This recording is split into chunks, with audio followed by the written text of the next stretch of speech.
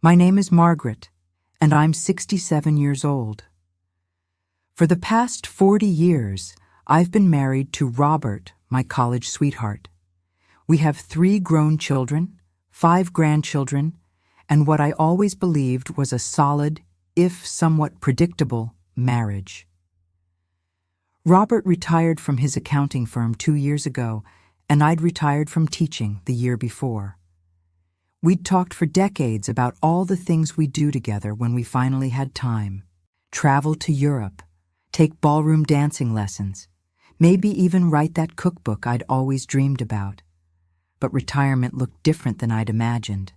Robert seemed restless. He'd potter around the house, reorganize the garage for the 3rd time, and spend hours watching golf tournaments. Then, about 6 months ago, he joined the local garden club. Every Tuesday and Thursday evening, he'd head out with his gardening gloves and a smile I hadn't seen in years. I was happy for him, honestly. He needed something of his own, and I had my book club and volunteer work at the library. We were becoming one of those retired couples who lived parallel lives under the same roof. It felt natural, like the next chapter. Last Tuesday changed everything.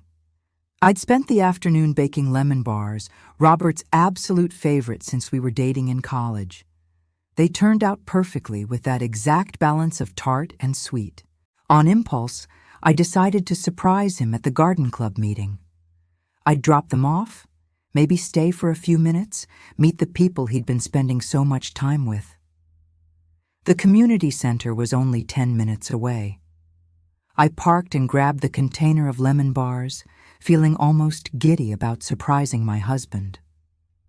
The meeting room was in the back, past the gymnasium.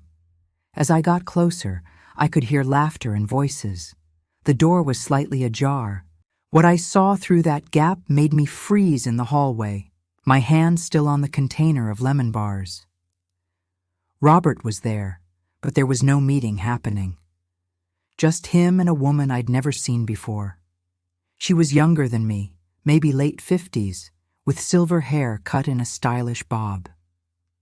She was wearing gardening clothes, but somehow made them look elegant. But it wasn't her appearance that made my heart stop. It was the way Robert was looking at her. In 40 years of marriage, I'd seen many expressions on my husband's face: contentment, frustration, affection. But this was different. His whole face was alive in a way I hadn't seen since... Actually, I wasn't sure I'd ever seen it.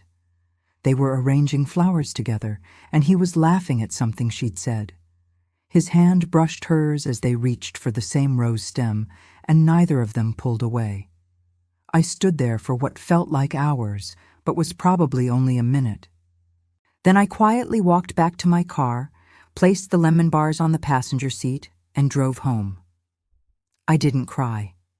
I felt strangely numb, like I was watching someone else's life fall apart. When Robert came home an hour later, cheerful and smelling like potting soil, I didn't say anything. I just asked how the meeting went. "Oh, the usual," he said, already heading to the shower. "We're planning the spring flower show." That night, lying in bed beside him, I stared at the ceiling and thought about our marriage. Had I missed something? When did we stop looking at each other the way he looked at her? Or had we ever looked at each other that way at all? Over the next week, I did something I never thought I'd do. I looked through his phone while he was in the shower. I found text messages to someone named Diana. They weren't explicitly romantic, but they had an intimacy that hurt worse than any love letter might have. "Can't wait for Thursday. Your smile makes these meetings worthwhile. Thinking about what you said about second chances, you might be right. My wife made pot roast again. You know, I've never had the heart to tell her I haven't liked pot roast in 20 years. That last one broke something in me. All those Tuesday pot roasts I'd made because I thought he loved them. All those small gestures of love based on who we used to be rather than who we'd become. I confronted him on a Sunday morning over coffee at our kitchen table where we'd shared thousands of meals. "I know about Diana," I said quietly. The color drained from his face. He didn't ask how I knew or try to deny it.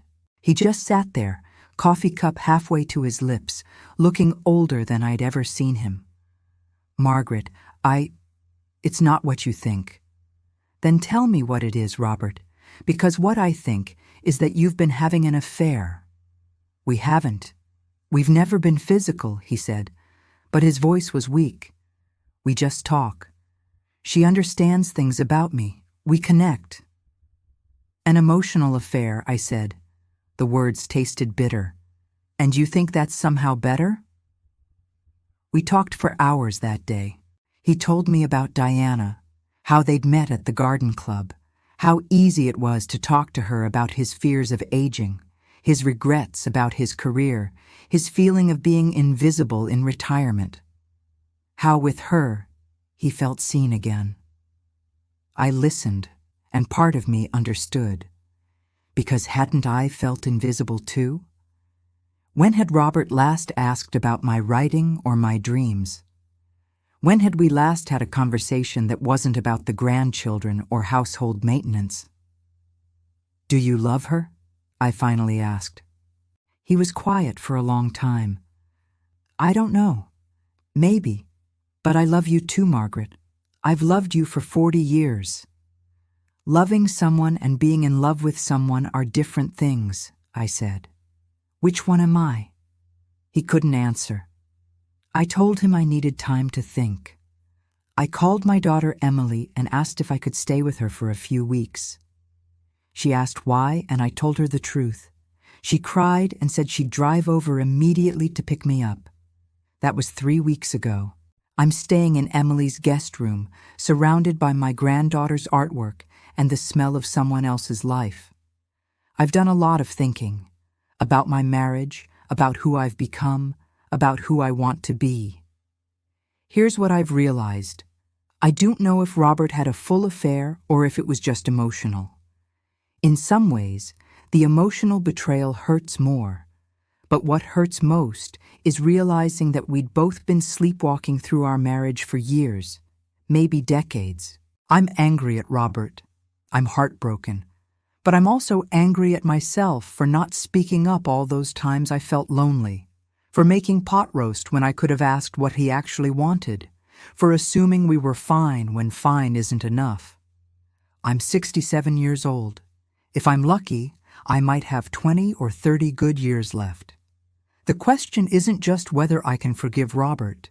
It's whether I want to spend those years trying to resurrect something that maybe died a long time ago, or whether it's time to find out who Margaret is when she's not someone's wife. Robert calls every day. He says he's ended things with Diana. He wants to go to counseling.